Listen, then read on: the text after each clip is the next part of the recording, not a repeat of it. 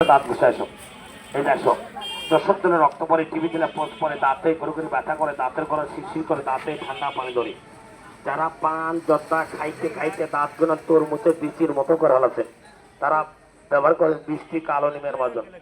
হ্যাঁ দাদা, লড়া দাঁতকে শক্ত করবে, দাঁতের রক্ত পড়া বন্ধ করবে, মুখের দুর্গন্ধ নষ্ট করে সুগন্ধানের ব্যবস্থা করবে।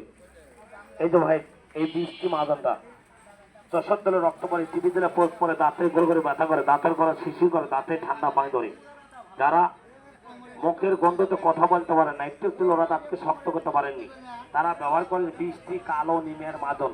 হয়তো বলতেছেন রাসেল ভাই এই মাজনটা বেঁচে গেলে আর কোথায় পাওয়া যাবে?